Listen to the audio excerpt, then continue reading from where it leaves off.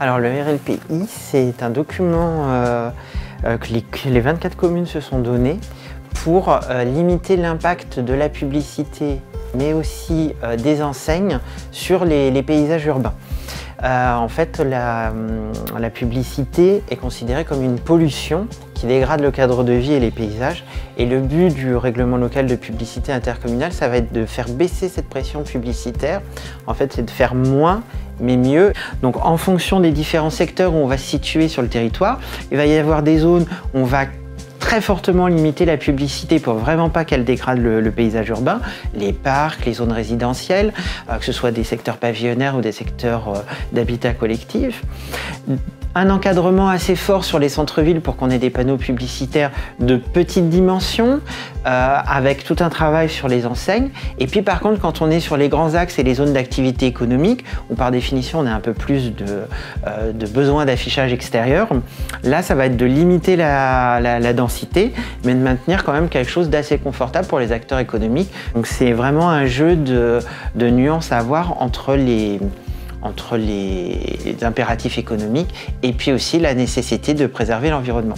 Derrière le RLPI, en plus maintenant, il y a des éléments de transition écologique très forts qui se sont mis en place en dehors même de la préservation des paysages urbains. Et ça va concerner la nature même des dispositifs qui va être leur éclairage, leur consommation et le développement du numérique.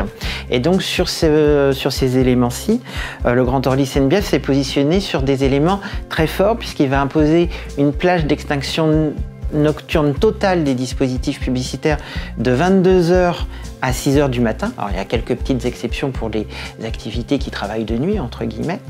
Là l'idée c'est de réduire l'intensité, de participer à la réduction de l'intensité lumineuse globale pour notamment limiter la consommation d'énergie, mais aussi d'un point de vue plus global pour permettre d'apaiser un petit peu le contexte lumineux et de mieux préserver la biodiversité, puisqu'actuellement on a des villes où il y a une très forte intensité lumineuse, et cette intensité lumineuse se solde par des perturbations dans le cycle de la photosynthèse des plantes, se solde aussi par des perturbations sur le cycle de la faune, notamment sur tout ce qui concerne les chauves-souris, etc. Et donc, bien sûr, c'est pas le RLPI qui va tout faire, mais il apporte sa pierre à l'édifice pour baisser l'intensité lumineuse globale, et à travers la baisse de l'intensité lumineuse globale, de baisser la consommation énergétique. Donc là, c'est pas simplement des conséquences sur la biodiversité, c'est des conséquences plus globales sur sur la volonté de s'intégrer dans la transition écologique. Et puis à côté de ça, le RLPI, il a pris aussi un positionnement très fort sur le numérique. Or, le développement du numérique, à la fois c'est consommateur en termes de, même si c'est des écrans LCD, c'est très consommateur en matière d'énergie. Et là, pour le coup, ça perturbe énormément. C'est très consommateur d'énergie. Pour vous donner une idée, sur Grand Orly Seine-Bièvre, sans compter les enseignes, si on prend que les panneaux publicitaires, et on en a recensé plus de 2000. Si ces 2000 passaient en numérique, on imagine la consommation énergétique frénétique que ça aurait sur notre territoire.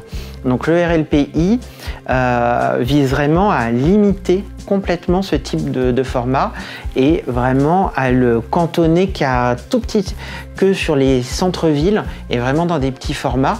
On ne peut pas complètement l'interdire puisque ce serait une rupture de concurrence, mais par contre on le limite très fortement pour surtout qu'il n'impacte pas plus notre territoire qui est déjà suffisamment impacté par tous les risques et les nuisances qui existent sur le Grand Orly Seine-Bièvre.